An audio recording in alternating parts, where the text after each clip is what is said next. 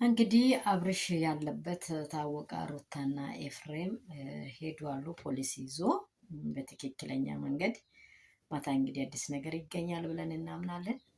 እግዚአብሔር አምላክ ይጠብቀው። ከዚህ ታርጌት ዋናው ነገር ምንድን ነው?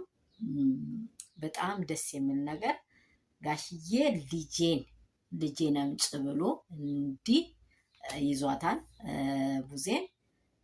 እኔ ነገርኳችሁ እኮ አባት የለም ወይ ብያለሁ ትላንትና።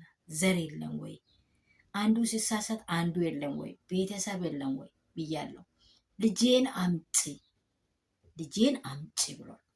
እንግዲህ አብርሽ ለአባቱ ምን ያህል ዋጋ እንዳለው፣ እንዴት እንደምንሰፈሰፍለት፣ እንዴት እንደሚወዳቸው ሁላችሁም ታውቃላችሁ። ግን አባትየው በጣም ስቅስቅ ብሎ ልጄን አምጭ ብሎ ነው ያዟት።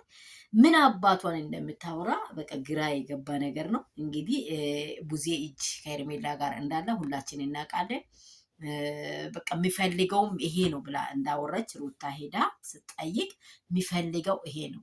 ይሄ ቡዜ እጅ ብቻ አይደለም ዴቭ እጅ እንዳለው። ዴቭ ትላንትና ሄርሜላ ጋር ሰላም ነው ብሎ ከሩታ ጋር ሲያወራ ሁላችሁም ቪዲዮውን ሁላችሁ አይታችኋል። አሁን ምን ያህል ከባድ የሰቀቀ ነገር በእውነት አብርሽ ህይወትና በሩታ ህይወት ሊያደርጉ እነዚህ ቤተሰቦች እንደፈለጉ ሩታን ደግሞ ጋሽዬ እንዴት እንደሚወዷት እንዴት እንደሚያከብሩ እሷ ራሱ ፊታቸውን ቀርባ ማየት እንትን አትልም። በጣም ነው የምትፈራቸው፣ በጣም ነው የምታከብራቸው።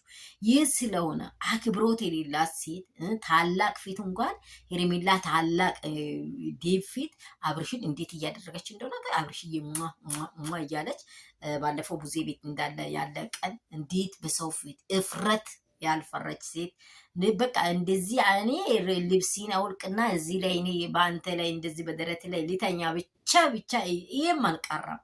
ይህን ነገር እያደረገች እንዳለችና ምን ያህል ዝቃጭና ወራዳ ሴት እንደሆነች ሁላችሁም አውቀናል።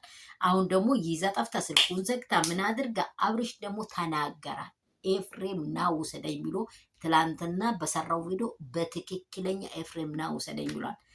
ሳታውቁም እውነታችሁ ይወጣል። እውነት መቼም አትደበቅ የሚለው ለዚህ ነው። ሰላምና ጸጋ ባላችሁበት ምድር ብዝት ይበል። የኔ ውድና እንቁ የሆናችሁ ቤተሰቦቼ ያላችሁበት ስፍራ ሰላም ጸጋ ይብዛላችሁ። ቤተሰቦቻችሁ ሰላም ይሁን፣ ወንድሜቶቻችሁ ሰላም ይሁን፣ አባት እናቶቻችሁ ሰላም ይሁን፣ ምድሩ ሰላም ይሁን። ከሀገር ውስጥ ከሀገር ውጭ ያላችሁ እግዚአብሔር ሰላምና ደስታ ጥብቅ ያርጋችሁ።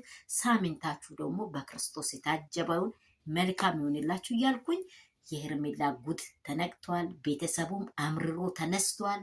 አሁን ሄርሜላ ምን ውጣት አምጥታ መስጣቱም እንደዚህ እንትን መትፋትና መዋጥ ከባድ ሆኖባታል።